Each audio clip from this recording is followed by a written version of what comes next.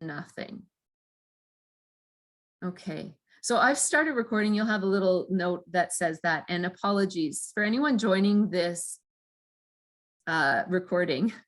I forgot to hit record at the start. So you've kind of missed a few things, including my introduction and the first little bit. And I apologize for that. My name's Robyn and I'm presenting on Happiness Works. And right now we're doing our 2-word check-in.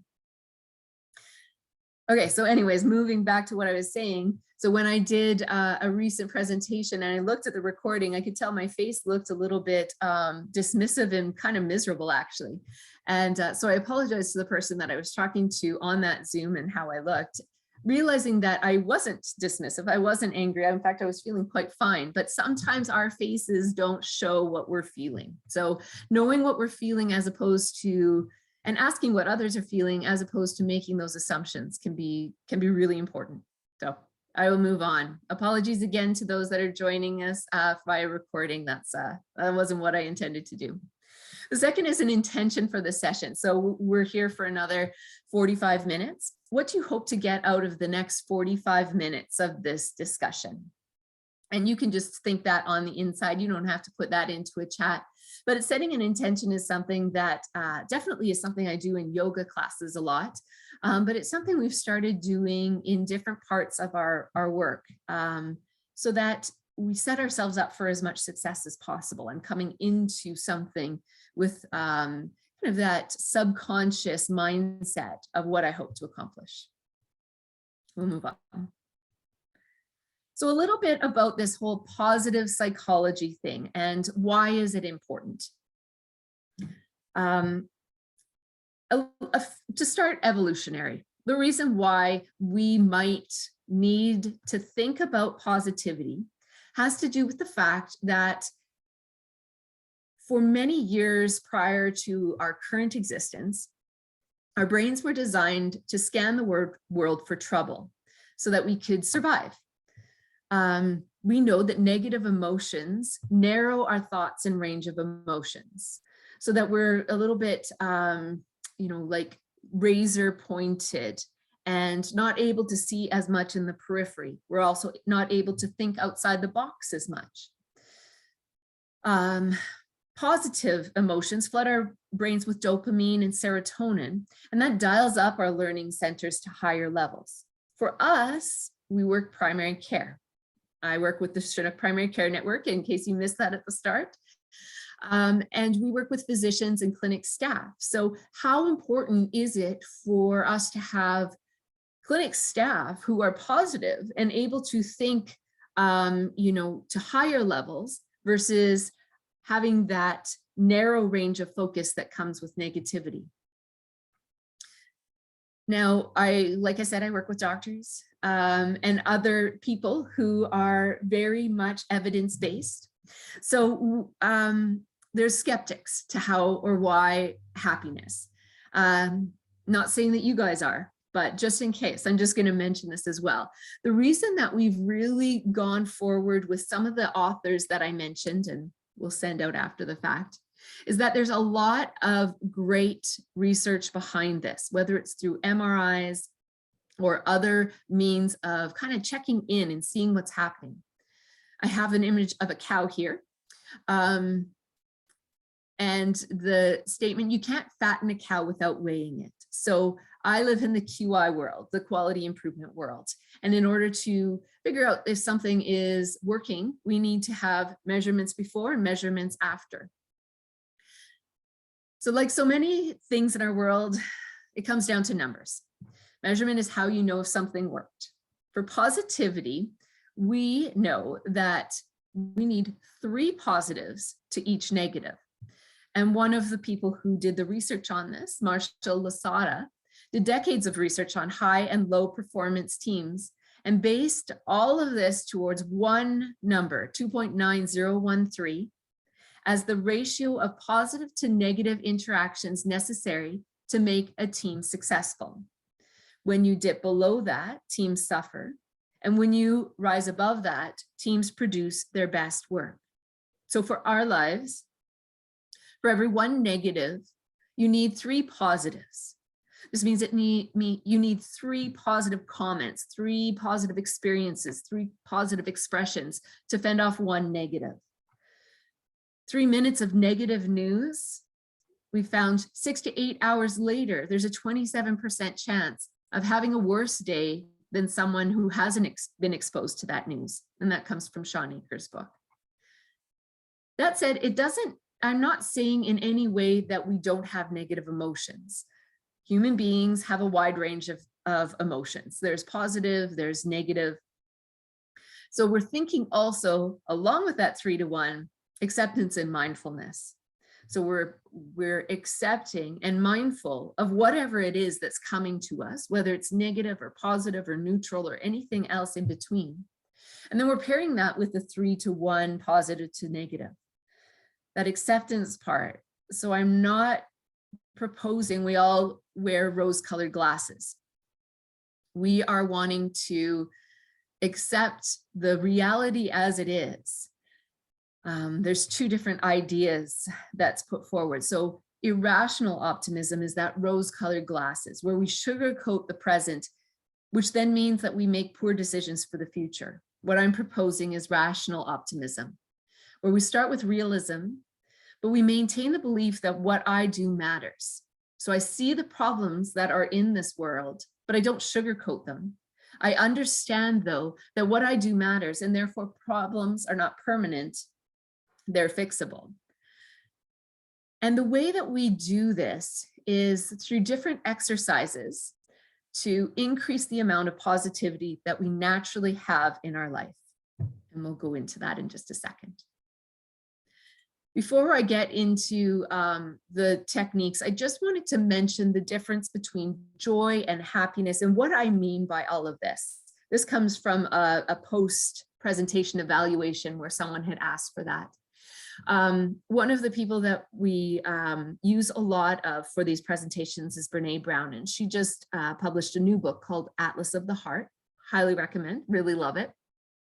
But in that book, she actually does some great definitions of what emotions are, where she kind of breaks down what joy is versus happiness is based on a whole bunch of studies.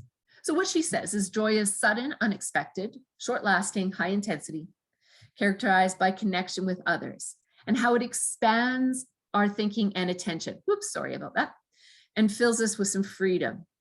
Happiness, on the other hand, is a little bit more stable, a little bit more long-lasting, lower intensity, but we feel a sense of being in control.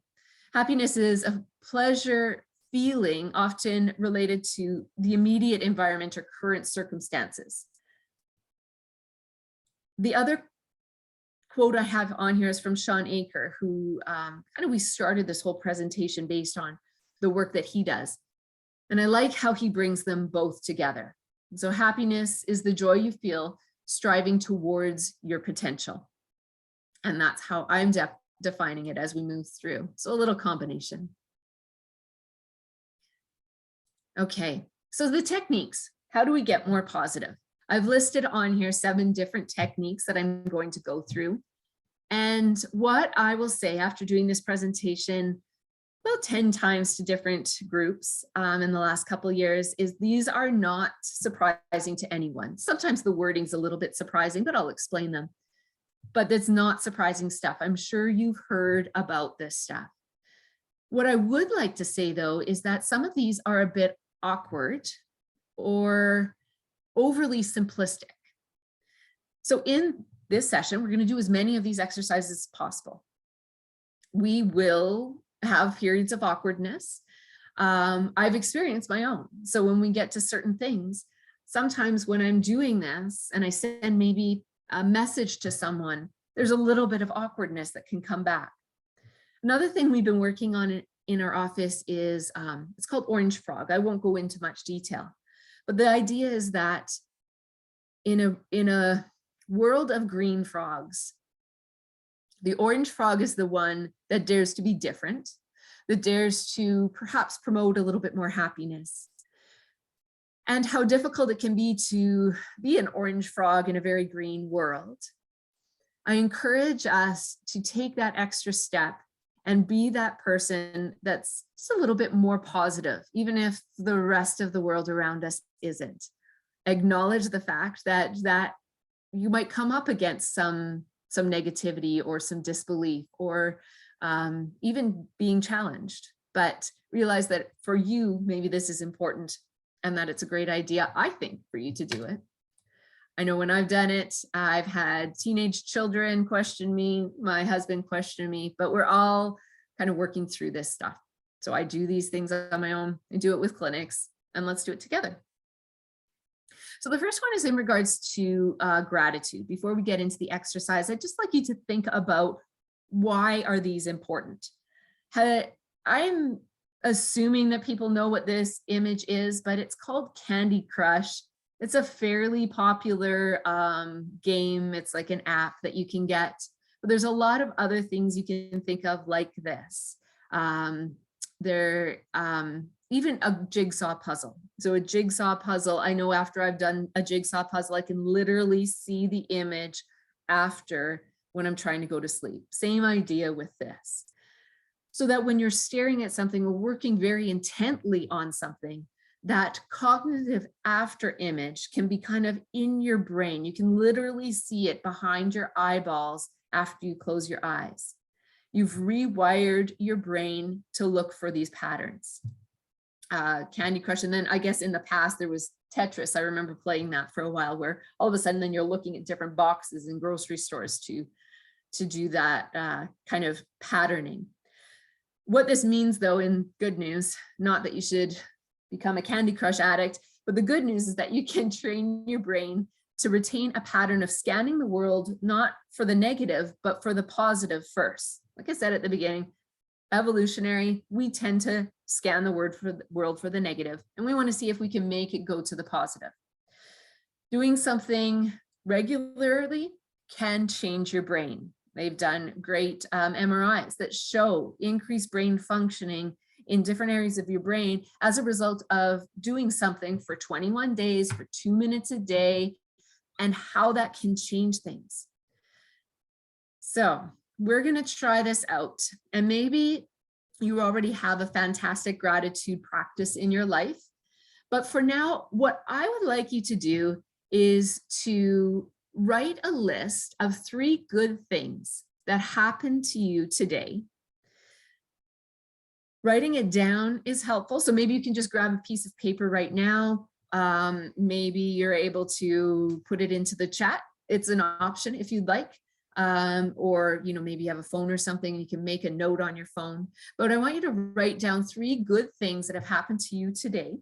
And we're thinking of moving into the future of how we can do this together, maybe as a family or as yourself individually. While you're doing that, maybe writing down 3 good things. I'll keep talking a bit. But one of my co-presenters talks often about how she started this at the beginning of COVID, when her family was stuck a little bit together. She has younger kids, 7 and 10, and they would get together at supper, at the supper table, and they would share 3 good things that happened to them that day. And she shares how she had to kind of push that at the start, but then after a few weeks, she kind of forgot, as people will, and her daughter, the 10-year-old, said, "Mom, what about the gratitudes?"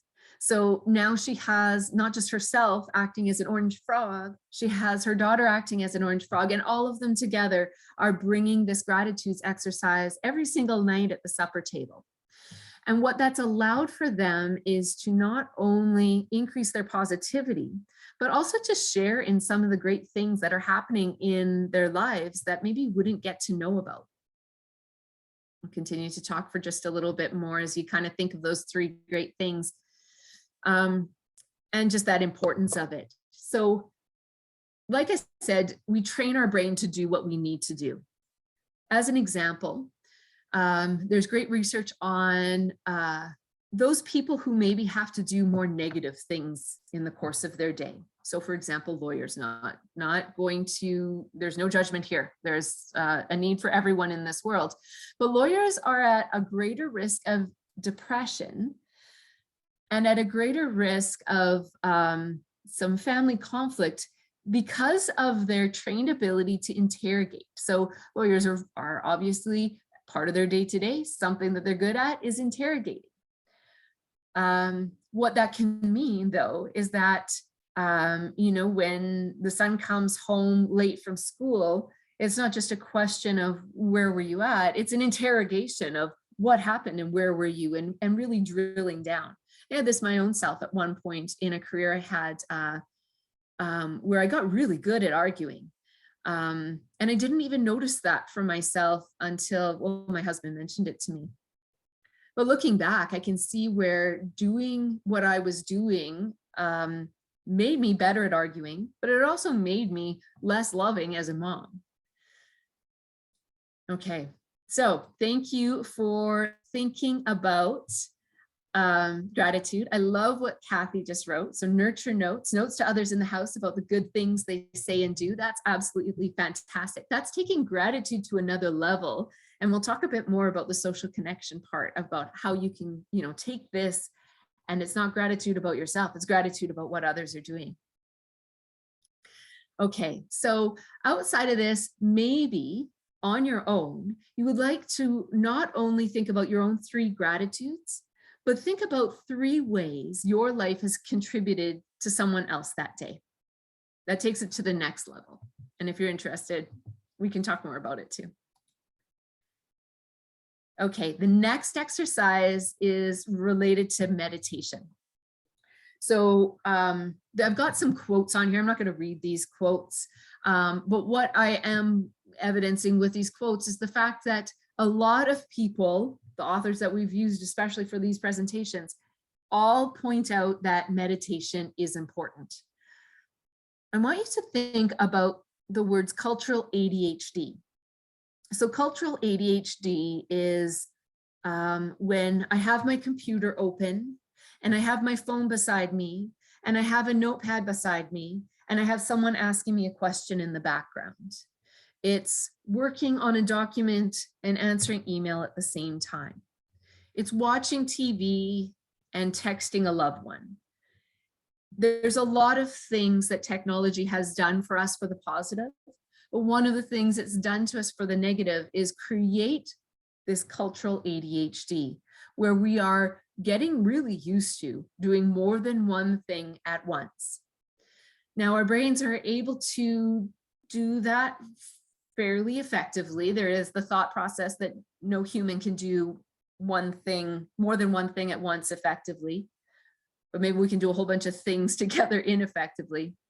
But what that does is create some kind of mind turbulence where settling your thoughts down can be a lot more difficult than if you hadn't done all of that kind of cultural ADHD type stuff. And in no way am I telling you to get rid of technology or anything like that. That could be a personal choice. But what I am suggesting is that there's an introduction of stillness into your days, more often than not, that allows your brains to take a break. Meditation activates the prefrontal cortex, and that's the area of the brain responsible for feeling happy. It can encourage the brain to raise levels of happiness, lower stress. It can even help to improve immune function. It allows our brains to soften and slow down, moving away from that cultural ADHD. And again, in no way in this presentation am I encouraging people to put on those rose-colored glasses. Meditation is not going to take away from the fact that there's stuff that happens out there that is negative. We know bad things happen.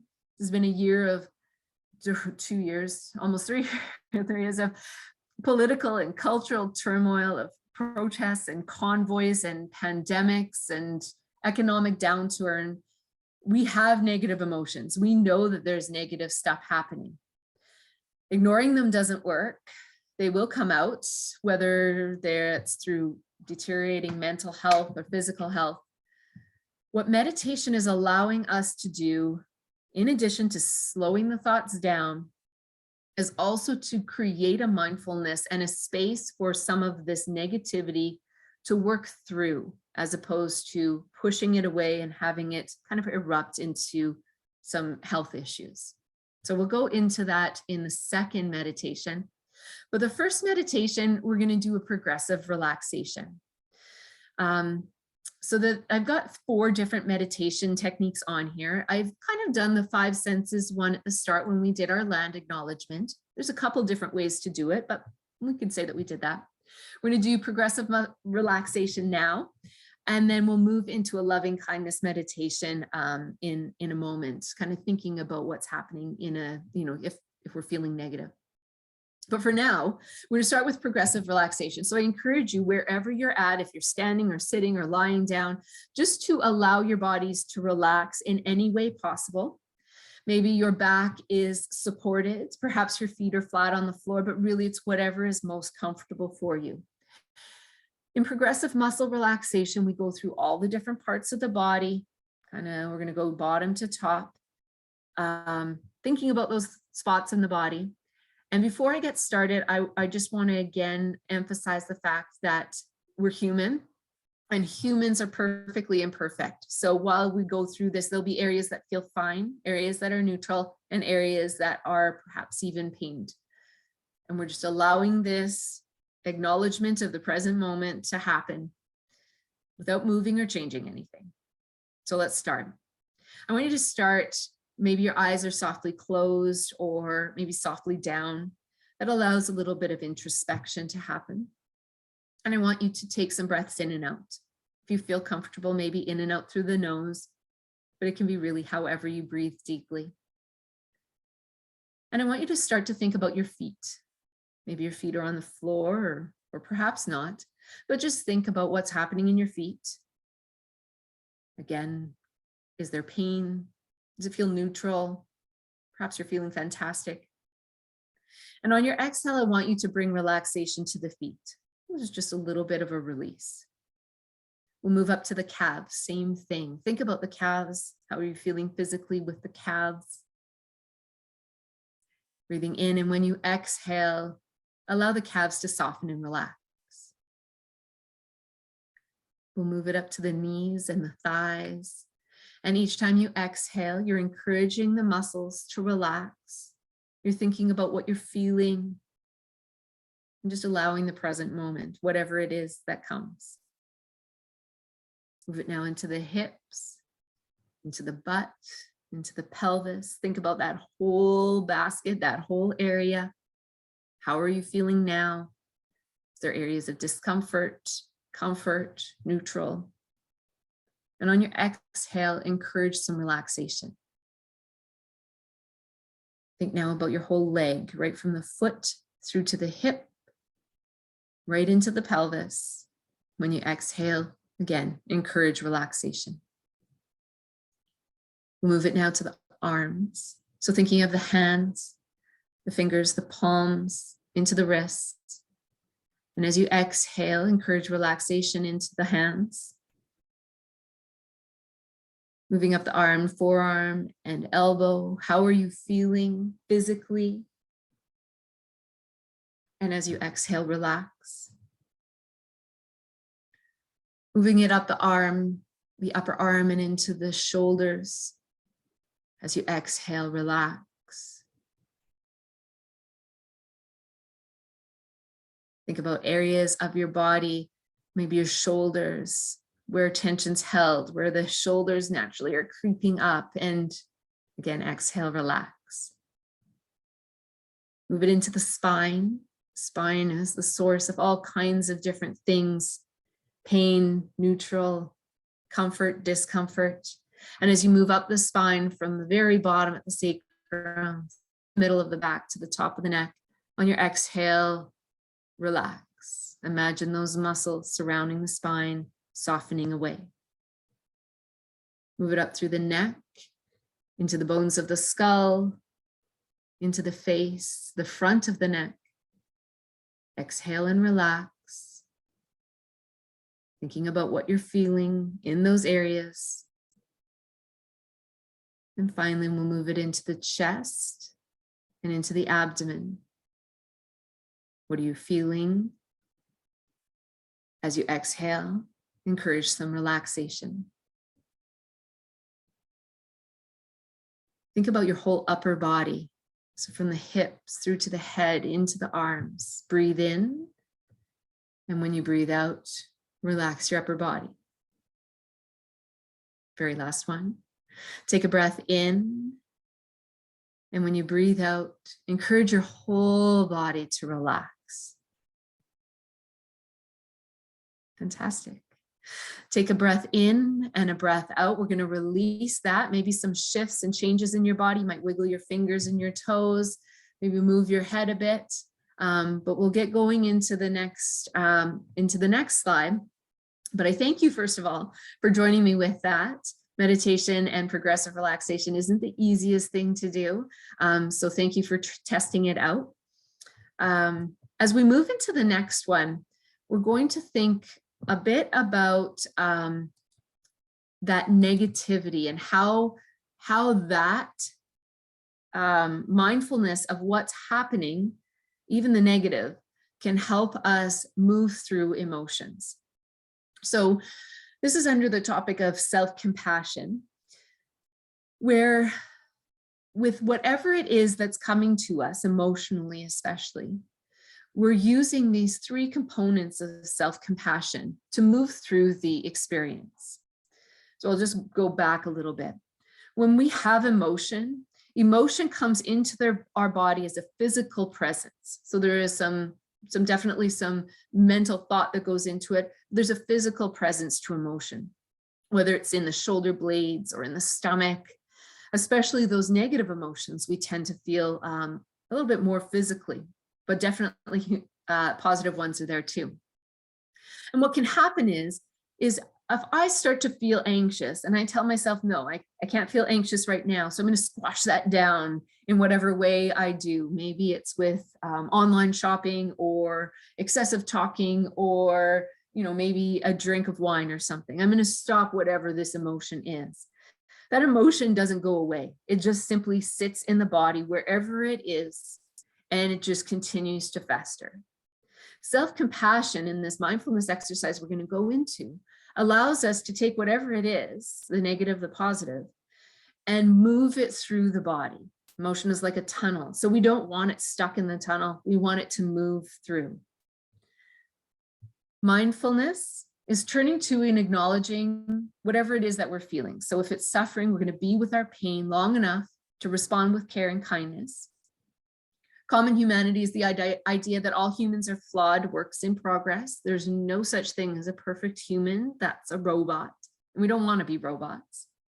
And finally, self-kindness. We're being as caring to ourselves as we are to others.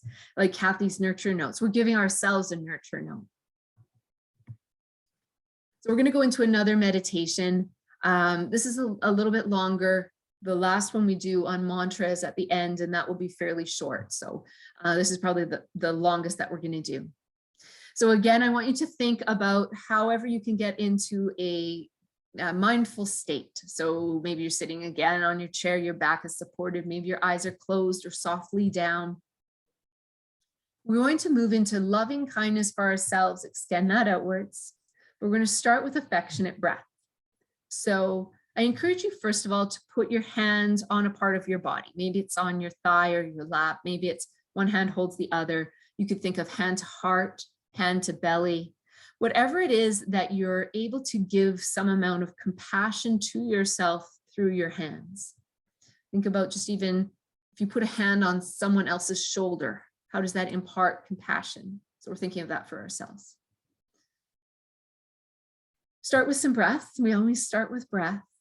And the reason we start with breath is because it allows us to come to the present moment, and it allows our bodies to settle. So to allow your body to settle, if you can, breathe in through the nose and let your belly expand outwards. And when you breathe out, let your belly come inwards. So your breath in, your belly goes out. Your breath out, your belly goes in. Just doing that is different than our usual daily breath. Just bringing that back. And as we move through this, if you get into a spot that feels uncomfortable, go back to your breath. Just think about breath in, belly out, belly in. So we've already done a progressive relaxation where you've thought about how you're feeling in your bodies. I want you to think now, based maybe on what you found in your bodies, which of course includes your mind. What do I need right now? Here are some examples. And I've got them in may I statements. So may I be strong? May I be patient? May I learn to accept myself? May I forgive? May I give myself compassion? May I be happy? May I be healthy? So over the next about 30 seconds of silence, I want you to think of a phrase that speaks to you about what you need. And it might be more than one phrase, but a may I statement, something that speaks to what it is in your particular situation, what it is that you need to hear right now to express kindness to yourself.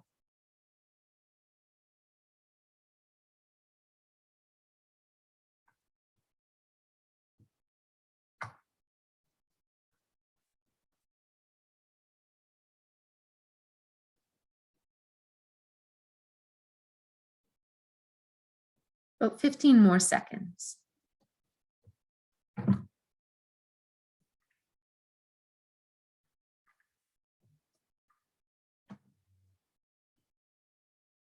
Wonderful. So I hope you have your mind may I statement. And now we're going to think about that for ourselves. So you have your may I statement on the inside of your head. I want you to think as you move through thinking of head, heart, pelvis, and feet, may I. So as you think in your mind's eye of your head, may I be, and these might be different statements, but next one as you move to thought of your heart, may I be, again, to your pelvis, and then to your feet. Now we're going to expand that outwards. So we're going to do this 4 more times. We already did ourselves. I want you to think now of the image of someone that you love, or a group of people, or maybe a couple people. You're going to use the same may I statement. I'm going to use the may I statement that I usually use, and we're going to go through this. So the image in your mind is someone that you love, and I want you to think of your head. So at your head space, may that person be happy. As you move your attention to your chest, again, may that person be happy. Down to your belly, may that person be happy. And down to your feet, may that person be happy. Now we move instead to the image of someone you feel neutral towards. Maybe it's a neighbor you don't know well, or the waitress at a restaurant, someone that you feel neutral towards, neither happy nor sad. And we're going to go through that same may I statement. So I'm going to change my may I statement. Thinking in my head, may that person be healthy. Thinking in my heart, may that person be healthy. Belly, may that person be healthy. And feet, may that person be healthy. And now we'll move it to someone that you have less positive feelings towards. Maybe it's even someone who has wronged you in some way, or someone you don't feel very kind towards. Again, we go through it 4 times, starting at the head. I'm going to do 4 different statements this time. May that person be kind. At your heart space, may that person be loved. At your belly, may that person be safe. And at your feet, may that person be healthy. Now the final one is to a full group, or the whole world, or whatever you feel good about with this. We'll move through some statements. So thinking of your headspace, may that group find kindness. At your heart, may that group find love. At your belly, may that group find health. And at your feet, may that group feel tolerance. So we're going to release out of this. You could maybe give your hands a shake and your feet a shake, or whatever it is. That's loving kindness meditation. paired with the affectionate breath, where we have a hand on a part of the body. The second part of this is being a compassionate mass. And I'm not going to go into that. I'll just kind of talk through it.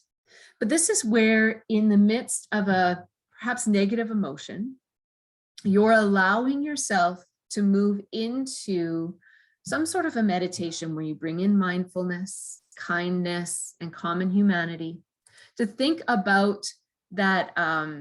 Great, thanks, Valerie. To think about how you're feeling with that and allow whatever it is to move through. Good. So we're going to go on. We have a few extra slides. I promise we'll be done on time though. So the next few activities are ones that we're not going to do necessarily in person. But the first one is called the doubler. And this is where the thought of a positive experience can bring you to a place of positivity in a way that mimics that original experience. We know, again, negative emotions narrow our thought and range of actions. And so what we encourage is to bring the brain to a positive place, because your brain at positive is 31% more productive than the brain at neutral. And bringing your brain to positive takes very little. There's this great story in one of Sean Akers' books about giving a doc a lollipop, and just the action of giving a doc a lollipop created better decision making in the clinic room than those doctors that didn't. And they didn't get to suck the lollipop, they just simply got a lollipop. It just created some happiness. We've done this before in one of our presentations as well, and it kind of worked quite cool. What I would like you to do is to think of a positive experience that you've had, and then as homework, I want you to journal about that positive experience. So if possible, in the chat, I'd love you to think of a positive experience that just immediately pops into your mind. And then really quickly, you could write in the chat and then maybe commit to homework, 2 minutes of journaling about this. So as you think about that, what always pops to my mind has to do with travel. And I don't know why, because there's plenty of positivity in my life outside of travel. But the one that I've done this a couple times on 2 different things. So the first one, and I'm just sharing because, you know, it's a positive experience and I'm going to get my positivity up. We went one time to Nice, which is a pretty amazing place to go. We were all in the ocean. It was myself, my husband, and the 4 kids, and we were all just floating in the ocean. And I remember at that time thinking to myself to take a mental image of this, because this is a pretty positive, amazing thing. And then another one is a stranger one. We went to New York one time and we were walking down the street and it was just the image of New York. It was a person bathing in a fountain, which I mean is not a positive experience necessarily, but it was definitely something that left an imprint. So when we go through this, I like to think of the different experiences as far as the 5 senses as well. So something to think about. Homework, 2 minutes of journaling on a positive experience. And if possible, I want you to bring in as much of the senses as possible. So that's called the doubler. The next one is exercise. And I know in these sessions, you've talked a lot about exercise. We're not going to do exercise, but I will promote that today is Winter Walk Day. And I think it would be fantastic if we could all commit to doing that. So I signed myself up right before. I can share the link in there on where you go. But it's I have committed to 16 minutes of winter walking today. I put it in there into the Winter Walk Day website. So I better do that. And my dogs have heard that. But regarding exercise, exercise teaches your brain that your behavior matters. And we talked about this at the start with our rational optimism. Rational optimism is understanding that there's a wide variety of things that are going to happen, positive and negative, but that our behavior matters. Our behavior can change outcomes. And exercise is one of the ways that helps you learn that on a regular basis. Another thing that we think about when we're doing presentations like this with clinics is that we encourage an attitude of play in work. The opposite of play is not work. The opposite of play is depression. So when we can encourage some happiness and some fun into the workplace, we get clinic teams who are just working better together all together. The next is social connection. So this is my absolute most favorite exercise. Social connection is a greater predictor of longevity than obesity, blood pressure, and smoking.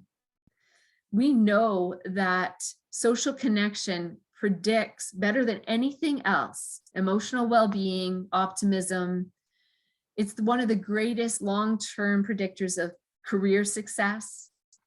It creates ownership and empowerment. So when we're working with this with clinics, you can see there's an image to the side. We're encouraging people to celebrate successes and to award people for things that they've done in the course of their day. So in our network, we have, it's called the I Saved a Life program, where we encourage people to identify something that someone else has done and to give them an award for it. It just happens to be a t-shirt. That's kind of fun. So for us here, I want us to do this exercise and realizing there isn't terribly much time, but it is incredibly important. So I want you to take 2 minutes. Maybe you have a phone with you. I know you're on a device right now. And I want you to send an email or a text, or maybe instead you want to do a handwritten note and do what Kathy was talking about with a nurture note and write something down. I want you to think of someone that you feel authentic praise towards, authentic gratitude towards. And you're going to, once again, text them or email them or write a note. And I'm doing this right now along with you. And I'm sending this to my daughter. And I'm telling her how proud I am of, a recent accomplishment. I don't need to share exactly what it was, but she's into her second semester of grade 12. It's just about done. And she's doing some pretty amazing stuff. So I'm going to write mine. You're going to write yours. What this does is allows us to share those nurture notes, just like Kathy did. It brightens someone else's day, but on a very selfish note, it also brightens our own day. So let's go.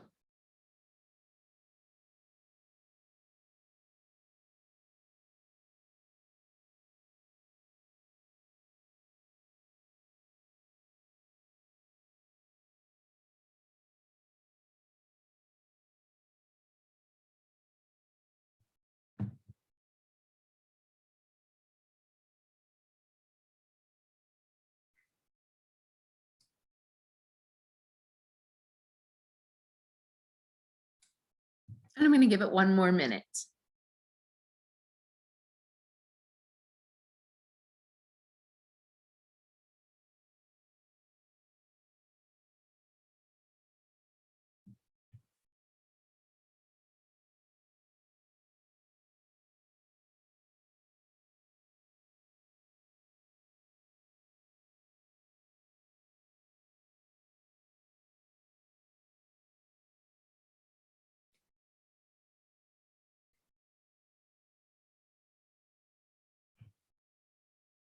Just about 20 more seconds.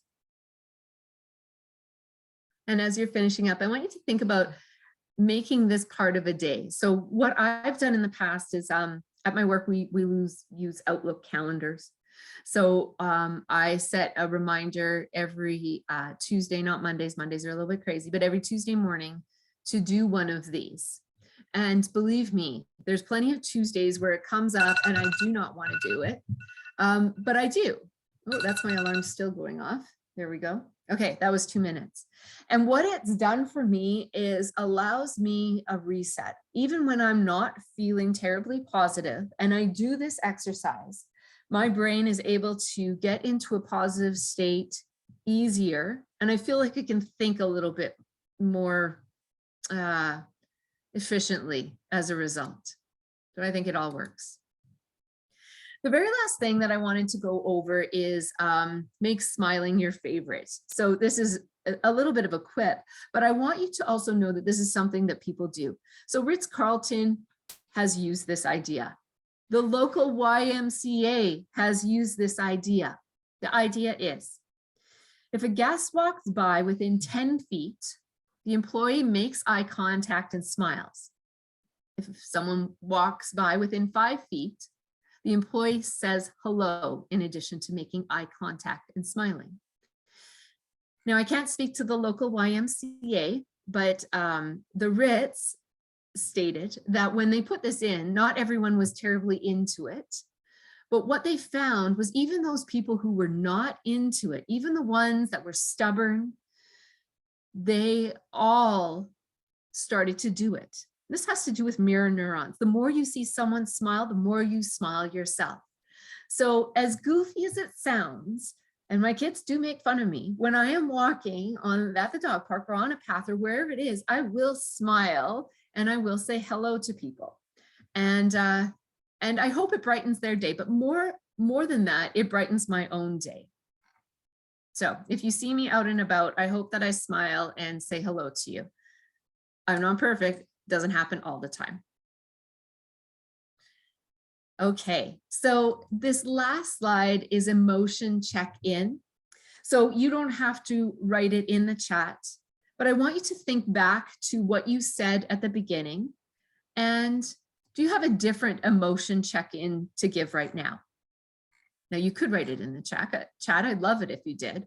I know that I wrote down a little bit nervous, but excited. And mine, I won't write it, I'll just say it.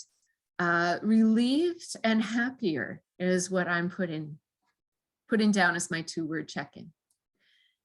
I'd also like you to think of setting an intention for the rest of the day. I won't be here. I don't know what's happening with you, but setting an intention for the rest of your day helps you, again, subconsciously, do things with your day that maybe wouldn't have happened without setting that intention. Thank you, Kathy. Thanks for sharing that. Thanks, Jerry. Okay, the last minute, I'm just going to share my resources because this is my interpretation of a lot of things and also the way that our office has interpreted. But there's a whole list of books here. I promise I've actually read every one of these books. But it's a lot. So I would highly suggest Happiness Advantage by Shawn Achor and then anything by Brené Brown. I just think they're absolutely fantastic. But if you're not into reading, and I will share this as a PDF afterwards. The TED Talks, fantastic. They're like 12-ish minutes long. And then also there's a lot of podcasts. So we're all kind of been really into the Brené Brown podcasts on Spotify, which are currently on hold, but I think she'll get back into it. And so those have been fantastic. She has 2 different ones. One's called Unlocking Us and one's called Dare to Lead. The Unlocking Us is a little bit more personal, and then the Dare to Lead is a little bit more, I guess, business oriented. Our journey as a group started with Happiness Advantage. We just found it was very accessible and spoke in a way that worked for us. It also gave a lot of that evidence, like the MRIs and the brain studies and other stuff like that. Our group has also done Orange Frog training, which is based on Shawn Achor's Happiness Advantage, but it's like a training. That was that Orange Frog thing. And then we've read a lot of different books. We bring this forward to our clinic groups. So our clinic groups, we've been able to share Happiness Advantage, Dare to Lead, which is Brené Brown's business-oriented book. And then we've also recently given them Eric Karpinski's book, Put Happiness to Work. What we have put together and what we've learned has changed the way that we do things. I know it's changed the way that I live my life outside of work as well. And I'm just so happy that I was able to come and do this with you guys. It's really something that my group is passionate about and I'm passionate about. So thank you so much. I'm going to stop sharing. And I'm going to put in here the website for the winter walk, because I just thought that was really cool. So winter walk, sorry. And that's where Diane is right now, by the way. She usually moderates this, but she is moderating that instead. And like I said, I signed up, I said I was going to do 60 minutes, so I'll do that sometime after work. Thank you for the very, very nice comments. I'm so thankful for that. I'm going to stop recording, and apologies again for not starting recording on time.